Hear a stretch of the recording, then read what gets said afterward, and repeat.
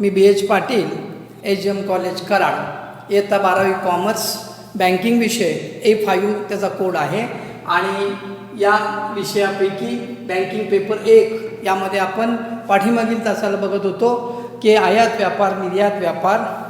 या आयात व्यापारामध्ये आयात व्यापाराची संपूर्ण कार्यपद्धती बघितली, आयात व्यापार निर्यात व्यापाराचे फायदे तोटे बघितले, आयात व्यापार म्हणजे काय, निर्यात व्यापार म्हणजे काय ते पाहिलं. त्यानंतर आपण मागच्या 2 तासाला बघितलेला आहे निर्यात व्यापार कार्यपद्धती. या निर्यात व्यापार कार्यपद्धतीमध्ये सुद्धा आपण जे पहिले 4-5 मुद्दे बघितलेले आहेत ते कोणते 4 मुद्दे बघितलेले आहेत तर सर्वात महत्त्वाचं निर्यात परवाना घेणं. 1 नंबरला सांगितलं होतं निर्यात परवाना घेणे. 2 नंबरचा मुद्दा होता विदेशी चलनाची हमी देणे. आता विदेशी चलनाची हमी म्हणजे दुसऱ्या देशातून आपल्या देशामध्ये चलन आल्यानंतर त्याचं एक्सचेंज विनिमय करून त्याचं रूपांतर देशी चलनामध्ये करण्याची हमी त्या व्यापाऱ्याला मिळाली पाहिजे रिझर्व्ह बँकेकडून. 3 मालाचा आदेश घेणे किंवा मिळवणे. पहिला कच्चा आदेश आलेला असतो, आता पक्का आदेश, आणि तो पक्का आदेश त्या व्यापाऱ्याकडून मिळवावा लागतो, आयात करणाऱ्या व्यापाऱ्याकडून मिळवावा लागतो. आणि मग माल पाठवण्याच्या तयारीला लागणे. आता माल पाठवण्याच्या तयारीला लागणे यामध्ये हा मोठा भाग आहे. हा कोणता मोठा भाग काल आपण बघितलं. माल पाठवण्याची तयारी करत असताना सगळ्यात महत्त्वाचं कुठल्या प्रकारचा माल पाठवणार आहे, कसा पाठवणार आहे, किती पाठवणार आहे, पूर्वीचा अनुभव काय आहे, त्यासाठी लागणारा पैसा कसा उभा करायचा, या सगळ्या गोष्टी यामध्ये येतात. आणि म्हणून मालाचं उत्पादन करणं हा माल पाठवण्याच्या तयारीला लागणं, यात मालाचं उत्पादन करणं एक भाग सांगितला होता. मालाचा विमा सांगितला होता. मालाचा विमा का उतरवला जातो तर नैसर्गिक धोके आणि मानवनिर्मित धोके आहेत. मग विम्याचे प्रकार तुम्हाला काल सगळे सांगितले होते. त्यामध्ये जहाजाचा विमा असतो, मालाचा विमा असतो. तरी मालाचा विमा जर घ्यायचा असेल तर मालाचा विमा, सागरी विम्याचे जे प्रकार आहेत ते सागरी विम्याचे प्रकार आपण बघितले होते. विमा मूल्य बघितलं होतं, सहमत मूल्य बघितलं होतं. म्हणजे विमा मूल्य, विमा पॉलिसी, सहमत मूल्य विमा पॉलिसी, मुदती विमापत्र आणि प्रवाहबंद विमापत्र, म्हणजे त्यामधलाही भाग आपण पाहिलेला आहे. म्हणजे हा 4था मुद्दा मोठा होता, हाही पाहून झालेला आहे. आज आपण बघणार आहोत मालाची बांधणी. मालाची बांधणी म्हणजे काय, माल उत्पादन केल्यानंतर त्याची वर्गवारी करावी लागते, त्याचा विमा उतरवलेला असतो. चांगल्या दर्जाचा माल असेल तर चांगल्या बांधणीमध्ये, चांगल्या संवेष्टनामध्ये तो ठेवावा लागतो. कारण मालाची बांधणी जेवढी उत्कृष्ट तेवढं निर्यातीसाठी तो माल उत्तम समजला जातो. बांधणी का महत्त्वाची आहे, आंतरराष्ट्रीय व्यापारामध्ये माल एका ठिकाणाहून दुसऱ्या ठिकाणी जात असताना 40 दिवस, 50 दिवस, 60 दिवस, 2-2 महिन्याचा कालावधी लागतो. माल उत्पादकाच्या कारखान्यामधून तो जो आहे इंडस्ट्रीमधून माल उचलला जातो, तो ट्रकमध्ये भरला जातो, तो टेम्पोमध्ये भरला जातो, तो पुन्हा बंदराच्या ठिकाणी नेला जातो, बंदरावरून पुन्हा माल पुढं नेला जातो, त्यानंतर तो माल पुन्हा आत बोट असेल तर समुद्रामध्ये तिथंपर्यंत नेला जातो, गुदामामध्ये ठेवला जातो, बोटीतून माल पुन्हा ज्या देशामध्ये माल जाणार आहे त्या देशामध्ये तो माल पाठवला जातो, तिथून पुन्हा त्याची वाहतूक. म्हणजे एक वस्तू तुम्ही जी पॅक केलेली आहे ते 10, 15, 20 वेळा एका ठिकाणाहून दुसऱ्या ठिकाणी, दुसऱ्या ठिकाणाहून तिसऱ्या ठिकाणी हलवली जाते, त्याची आदळआपट होते आणि यामध्ये मालाचं नुकसान होणार नाही याची जबाबदारी पूर्णपणे निर्यातकानं घ्यायची असते. म्हणून बांधणीला खूप मोठं महत्त्व आहे. आणि बांधणीला महत्त्व का आहे तर माल कोणत्या प्रकारचा आहे, कोणत्या दर्जाचा आहे, मग तो असा कसा पॅक करायचा, मग ते लहान लहान खोकी एकत्र करून मोठी खोकी एकत्र करून पुन्हा मोठा बंडल, अशा पद्धतीनं त्याचं पॅकिंग करावं लागतं. तुम्ही एखादी वस्तू बघितली, एखादी वस्तू खरेदी केली तर त्यामध्ये 1, 2, 3 कव्हर असतात आणि मग आज थर्माकोलसारखं जर नाजूक वस्तू असेल तर थर्माकोल सगळा असतो आणि मग आपल्याला ती वस्तू मिळते. म्हणजे वस्तूची सुरक्षितता ही बांधणीवर अवलंबून असते. बांधणी म्हणजे वस्तूचं संवेष्टन.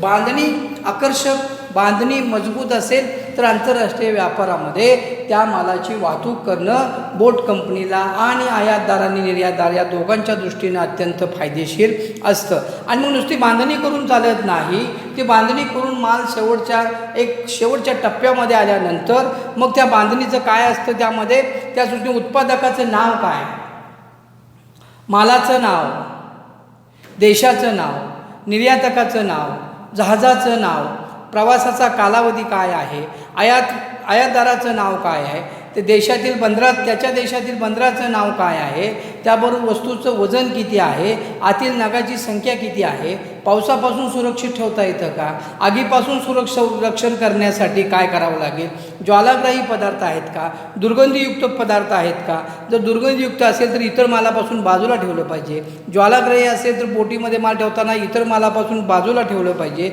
अशा अनेक सूचना, सुबक बांधणी, आकर्षक बांधणी, आकर्षक त्यावर सगळं मुद्रीकरण असणं आवश्यक असतं.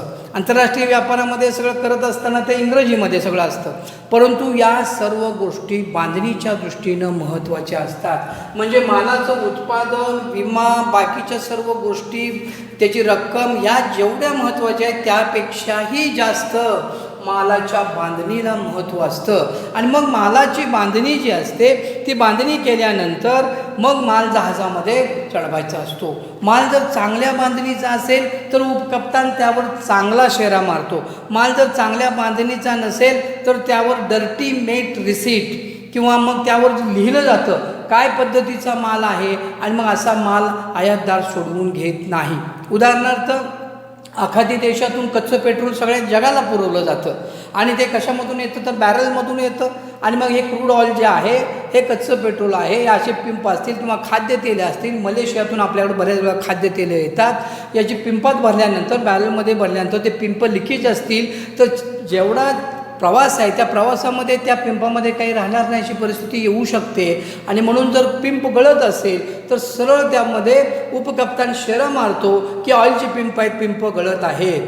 आणि असा जर शेरा त्या उपकप्तानाच्या पावतीवर आला तर असा माल आयातक सोडवून घेईल याची खात्री नाही, किंवा जहाज कंपनीसुद्धा अशा मालाची वाहतूक करेल याची खात्री नाही. त्यामुळं मालाच्या बांधणीला अतिशय महत्त्व असतं. त्यानंतर या मालाची बांधणी झाल्यानंतर माल बोटीत चढवायचा आहे.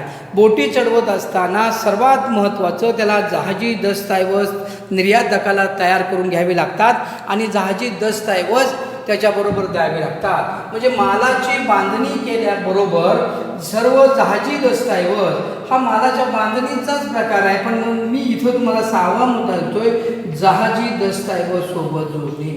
आता जहाजी दस्तऐवज म्हणजे काय? जहाजावर माल चढवत असताना किंवा आयातदाराला मालाची विक्री करत असताना त्या मालाबरोबर हे दस्तऐवज असणे आवश्यक असते. हे जे जहाजी दस्तऐवज आहेत या जहाजी दस्तऐवजामध्ये पहिला मुद्दा कुठला येतो तर माल उत्पत्तीचा दाखला. माल उत्पत्तीचा दाखला हा दाखला द्यावा लागतो.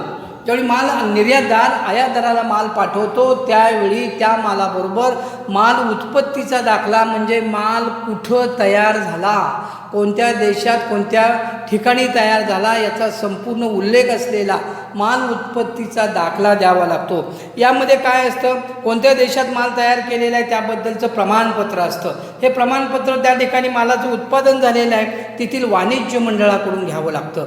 म्हणजे वाणिज्य मंडळ माल कुठं तयार झाला याबद्दलचं पत्र देतं. अर्थात त्या देशामध्ये माल जर तयार झालेला असेल आणि तो माल जर विशिष्ट ज्या पद्धतीचा माल मागवलेला आहे आयातदारानं त्या पद्धतीचाच माल आणि त्याच ठिकाणी त्याच कंपनीद्वारे तयार केलेला असेल तर त्याची एक प्रत किंवा त्याचं तो निर्यातदार वाणिज्य मंडळाकडे तशा पद्धतीचा अर्ज करतो आणि वाणिज्य मंडळ हा माल आमच्याच देशात तयार झालेला आहे आणि तो आपण दिलेल्या आदेशानुसार योग्य प्रकारे एक तपशिलाप्रमाणे सर्व गुण संपन्न आहे अशा पद्धतीचं एक पत्र देतो. त्याला माल उत्पत्तीचा दाखला म्हणतात. म्हणजे माल कोणत्या देशात उत्पादन केलं ही गोष्ट महत्त्वाची आहे. नसेल तर बऱ्याच वेळेला असं होतं दुसऱ्या देशाकडून माल आयात करायचा, दुसऱ्या देशाकडून माल घ्यायचा आणि तिसऱ्या देशाला विकायचा. त्यामुळे दुसऱ्या देशानं त्या मालाची क्वालिटी काय केलेली आहे ही या आयात करणाऱ्या देशाला माहीत असत नाही किंवा त्या विक्री करणाऱ्या व्यापाऱ्याला माहीत असत नाही आणि मग असं त्यामध्ये गोंधळ होऊ शकतो. नेमकं मालाची क्वालिटी कोणत्या प्रकारची आहे हे दुसऱ्याकडून विकत घेऊन तिसऱ्याला विकताना कळत नाही. पण स्वतः मालाचं प्रोडक्शन केलेलं असेल तर त्या मालाच्या प्रोडक्शनमध्ये ज्या ज्या गुणवत्ता असायला पाहिजेत ते स्वतः प्रोडक्शन केलं असेल तर त्या सर्व गुणवत्ता त्यामध्ये येतात. आणि म्हणून असा दाखला तयार केला जातो. आंतरराष्ट्रीय व्यापारामध्ये सर्वात महत्त्वाचं विद्यार्थी मित्र काय आहे तर विश्वासावर व्यापार चालतो. एक देश दुसऱ्या देशाला ज्यावेळी माल विकतो तर दुसरा देश खरेदी करणारा देश अनेक देशाकडं अशा प्रकारचा माल असतो. त्या मालाची क्वालिटी तपासली जाते आणि ज्याची उत्तम क्वालिटी आणि योग्य दर आहे अशाच देशाला त्याची ऑर्डर मिळते. याचा अर्थ असा आहे तुम्ही जी सॅम्पल दाखवलेली आहे त्या सॅम्पलची असणारी किंमत आणि त्याची क्वालिटी ही त्या देशानं पाहिलेली असते. आणि प्रत्यक्ष माल पाठवताना जर लबाडी केली तर आंतरराष्ट्रीय बाजारपेठेमध्ये देशाची बदनामी होते. आणि जर देशाची बदनामी झाली तर आंतरराष्ट्रीय बाजारपेठेमध्ये पुन्हा तुमच्या मालाला किंमत मिळत नाही किंवा विक्री करता येत नाही. आणि हे देशाची बदनामी झाली तर अर्थव्यवस्थेवर त्याचा परिणाम होतो. एवढंच नाही, तुमच्या देशात जादा पिकलेला माल, जादा तयार केलेला माल तुम्ही दुसऱ्या देशाला जर विकला नाही तर तो माल पडून राहू शकतो आणि त्याचा कोणत्याही प्रकारे उपयोग देशाला होणार नाही. आणि म्हणून त्या ठिकाणी जे प्रमाणपत्र असतं ते प्रमाणपत्र त्या वाणिज्य मंडळाकडं मागायचं असतं. आणि मग तो निर्यातक वाणिज्य मंडळाकडून असा माल उत्पत्तीचा दाखला अर्ज करून घेतो. माल उत्पत्तीचा दाखला देण्यापूर्वी वाणिज्य मंडळसुद्धा माल आपल्या देशात तयार झालेला याची खात्री करते आणि मग तुम्हाला माल उत्पत्तीचा दाखला दिला जातो. राजपत्रित अधिकाऱ्याचे पत्र. राजपत्रित अधिकारी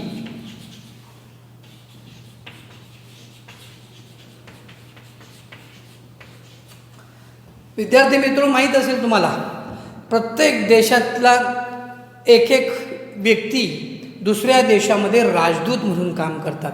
ते व्यापारी राजदूत असतात.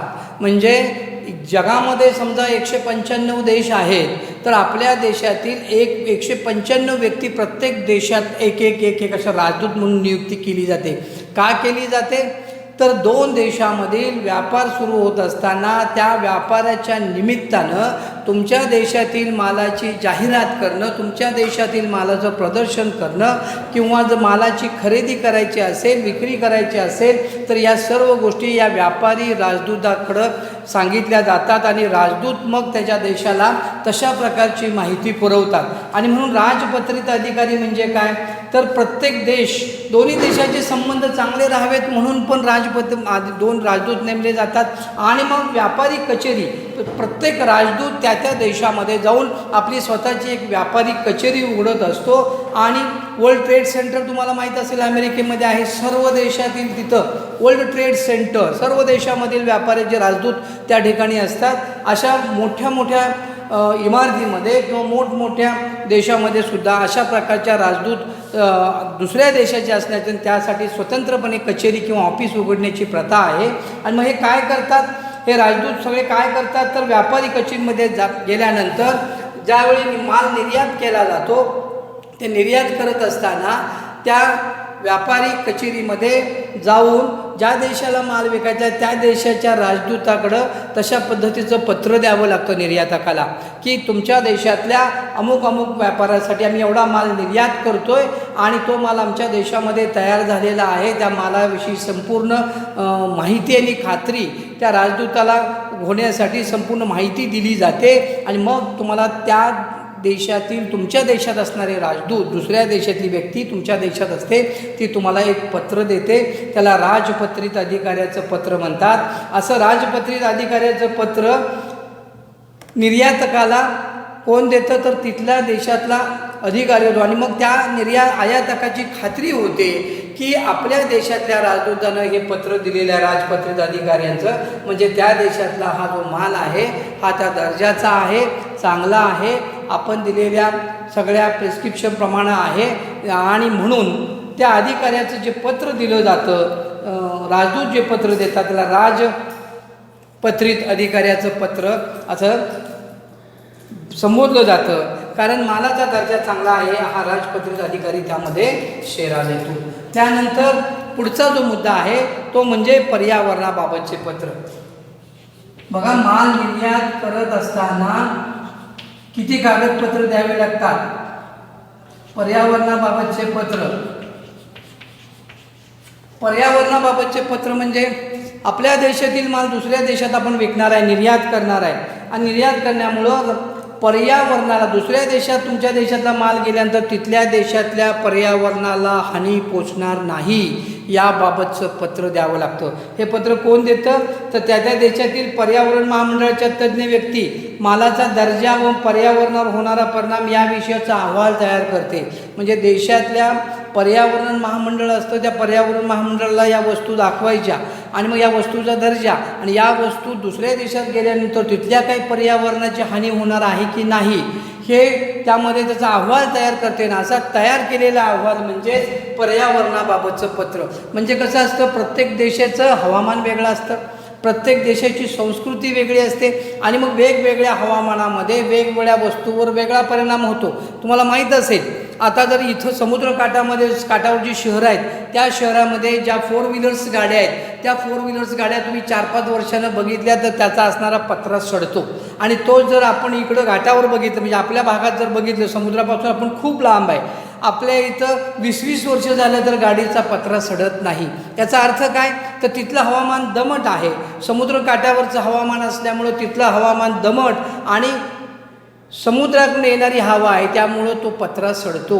मग अशा वेळी माहीत पाहिजे, दुसऱ्या देशाला ज्यावेळी माल विकतो त्यावेळी आपल्या देशातल्या मालामुळं दुसऱ्या देशातल्या पर्यावरणाची कोणत्याही प्रकारची हानी होणार नाही याची काळजी घ्यावी लागते. आणि हानी होणार नाही हे कोण ठरवतं? तर पर्यावरण महामंडळातील तज्ज्ञ व्यक्ती ठरवतात आणि त्यांच्याकडून असा दाखला घेणं, राष्ट्रीय पर्यावरण महामंडळाकडून अशा पद्धतीचा दाखला घेणं आवश्यक असतं. आणि म्हणून असं प्रमाणपत्र याला जोडावं लागतं, त्यानंतरच तो माल आयातदार ताब्यात घेतो. म्हणजे तिसरं जे तुम्हाला सांगितलं आता की पर्यावरणाबाबतचं पत्र.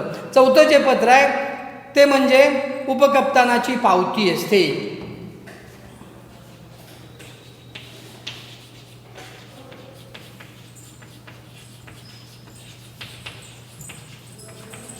उपकप्तानाची पावती. जहाजाला उपकप्तान असतो का? तर माल चढवत असताना, तो माल ताब्यात घेताना जहाजाचा उपकप्तान तुम्हाला पावती देतो. तो उपकप्तान काय करतो? माल जहाजात चढवताना पहिल्यांदा जहाजामध्ये जागा आहे का ते बघितलं जातं. जहाजामध्ये जागा मिळवावी लागते. हे सगळी कागदपत्र तुम्ही मिळवली, हे सगळे दस्तऐवज मिळवले आणि मग जहाजामध्ये जागा आहे का बघितलं जातं. कारण असं नाही की जहाज दररोज एखाद्या देशाला जातं अशातला काही भाग नाही. एखादं जहाज ज्या देशाला जाणार आहे त्या देशामध्ये त्या जहाजाची असणारी क्षमता, त्या जहाजामध्ये असणारा माल आणि तुमचा माल, त्या मालासाठी योग्य जागा आहे की नाही. कारण माल कोणत्याही प्रकारचा असू शकतो. आत्ताही मी सांगितलं तुम्हाला, म्हणजे स्फोटक असू शकतात, त्यानंतर वास येणारा माल, दुर्गंधियुक्त माल असू शकतो, त्याचबरोबर उत्तम मालही असू शकतो, खाद्यपदार्थ असू शकतात. त्याला योग्य जागा बोटीमध्ये आहे का हे पाहावं लागतं. आणि बोटीमध्ये योग्य जागा देत असताना सुद्धा त्या उपकप्तानाला काय काय पाहावं लागतं? तुमचा माल, त्या मालाचं वजन, त्या मालाचा आकार, त्याची किंमत, त्याच्या मालाची वैशिष्ट्य, हे सगळं बघून तो जागा तयार करतो. आणि जर जागा असेल तर मग जहाज कंपनी आणि निर्यातदार यांच्यामध्ये एक करार केला जातो आणि करारामध्ये सगळं जहाजाचं नाव, त्यानंतर उपकप्तानाचं नाव, वाहतुकीचं भाडं, सर्व प्रकारचा तपशील असतो. आणि मग असा तपशील दिल्यानंतर तो माल कुठं द्यावा? जहाजावर चढवावा लागतो.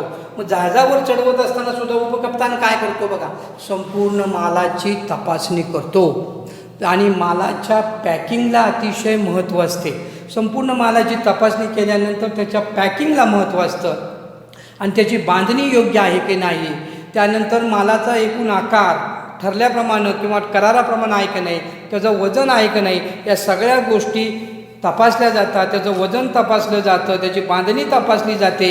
आणि जर असं नसेल तर त्या सरळ उपकप्तानाच्या पावतीवर डर्टी मेट रिसीट असा तो शेरा मारतो. आणि जर डर्टी मेट रिसीट असा शेरा असेल तर आयातदार माल उतरून घेईल, ताब्यात घेईल याची खात्री नसते. किंवा मालाची बांधणी योग्य नसेल तर त्यामध्ये सरळ उल्लेख केला जातो. मी मगाशी सांगितलं की पिंप गळत आहे किंवा बॉक्स फुटलेले आहे किंवा काचेचा माल असेल, ज्या काही वस्तू नाशवंत होणाऱ्या असतील किंवा नाजूक असतील तर त्या कशा ठेवायच्या. तुम्ही एखादा फ्रीज बघितलं, टी व्ही बघितला तर त्या फ्रीजच्या बॉक्सवर बघा असा बाण असतो, म्हणजे या दिशेला असं उभं करा, आडवं करू नका. फ्रीज कधीही आडवा करता येत नाही, कारण फ्रीजमध्ये पाठीमागं असणारा तुम्हाला जे काय म्हणतात त्याला, फ्रीजमध्ये फ्रीजमध्ये पाठीमागच्या बाजूला जो तुम्ही एक गठ्ठू बघता आणि तो जो आहे तर त्यामध्ये एक ऑइल असतं. तुम्ही जर आडवा केला तर संपूर्ण ऑइल त्या फ्रीजमध्ये येतं आणि तो फ्रीज बंद पडतो, म्हणून तो उभा ठेवावा लागतो. टेलिव्हिजनसारखे असेल तेही उभं ठेवावं लागतं. या सगळ्या आयात निर्यात व्यापारामध्ये या सगळ्या ज्या सूचना असतात, या सर्व सूचना उपकप्तानाला द्याव्या लागतात आणि मग उपकप्तान माल चांगला असल्याबद्दलची पावती देतो, त्याला उपकप्तानाची पावती असे म्हणतात. आता हे 1, 2, 3, 4 दस्तऐवज सगळं झाल्यानंतर माल बोटीवर चढवला जातो. माल बोटीवर चढवल्यानंतर मग तुम्हाला बोट कंपनी बोटीची हुंडी देते आणि म्हणजे 5वा दस्तऐवज आहे त्यामधला बोटीची हुंडी.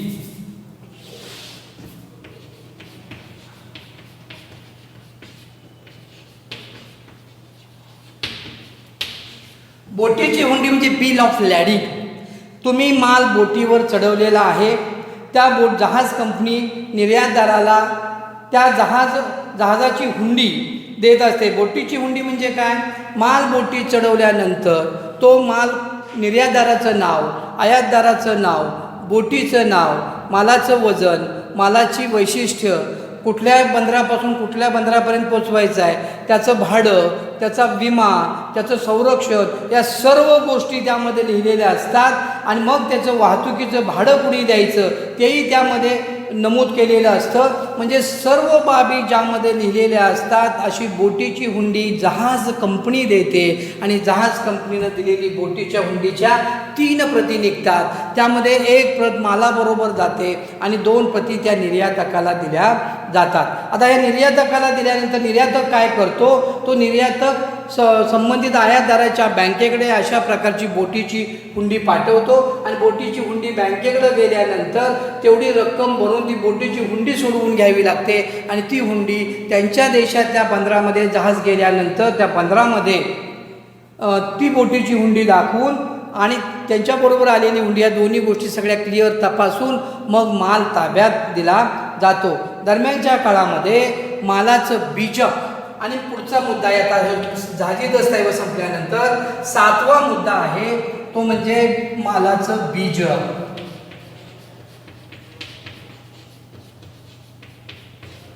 बीजक म्हणजे बी. आणि मग आता जो निर्यातदारानं माल आयातदाराला पाठवलेला आहे त्या आयातदाराचा एकूण पाठवलेल्या नग संख्या, त्यांची किंमत, त्याची बांधणी, त्याचा आलेला खर्च, विमा खर्च, वाहतूक खर्च, त्याला लागणारे कर, बोटीचं भाडं, हे सगळं त्यामध्ये मेन्शन केलेलं असतं आणि असं बीजक तयार केलं जातं. हे बीजक म्हणजे काय तर मालाचं बिल असतं. हे बिल कसं असतं, DAA मागच्या वेळेला तुम्हाला सांगितलं, डॉक्युमेंट्स अगेन्स्ट ॲक्सेप्टन्स, आणि DAP डॉक्युमेंट्स अगेन्स्ट पेमेंट. या बीजकाबरोबर हुंडी पाठवली जाते आणि मग हुंडीला ॲक्सेप्टन्स दिलं तरी चालतं, कारण DAA असेल, DAP म्हणजे सगळे पैसे भरा आणि मग ते बीजक आणि हे सगळ्या गोष्टी सोडवून घ्या. जहाजी दस्तऐवज जे सगळे आहेत ते आलेले आणि सगळ्यात महत्त्वाचं बोटीची हुंडी सोडवून मग मालाचं बीजक तयार त्याच्याबरोबर पाठवल्यानंतर माल निर्यातदाराच्या ज्यावेळी आयातदाराच्या बंदरामध्ये जातो त्यावेळी आयातदाराला बँकेमार्फत अशी कागदपत्र मिळतात आणि तो संपूर्ण माल त्या सर्व कागदपत्रांच्या आधारे सोडवून घेऊ शकतो आणि मग त्याच्या देशात असणारे जे वेगवेगळ्या प्रकारचे कर असतील, भाडं असेल, टॅक्स असेल, जकात असेल, तो आयातदार भरतो आणि ही निर्यात मालाची प्रोसिजर या ठिकाणी पूर्ण होते. आजच्या तासाला आपण एवढंच बघणार आहोत की निर्यात व्यापार कार्यपद्धतीमध्ये काल झालेले 4-5 मुद्दे आणि आजचे 3 मुद्दे ही निर्यात व्यापाराबाबतची सविस्तर कार्यपद्धती आपण आता बघितलेली आहे. 10 मार्काला तुम्हाला प्रश्न विचारलेला आहे की निर्यात व्यापार पद्धतीची कार्यपद्धती सविस्तर स्पष्ट करा. याचे 4 पेजेस 5 पेजेस सहजपणे उत्तर होऊ शकतं. विद्यार्थी मित्र, तुम्हाला नोट्स दिलेल्या आहेत, तुम्हाला शिकवून झालेलं आहे. यापुढं यावर तुम्ही अभ्यास करून तुमची होणारी जी टेस्ट आहे त्या टेस्टवर यामधले काही प्रश्न येतील. धन्यवाद.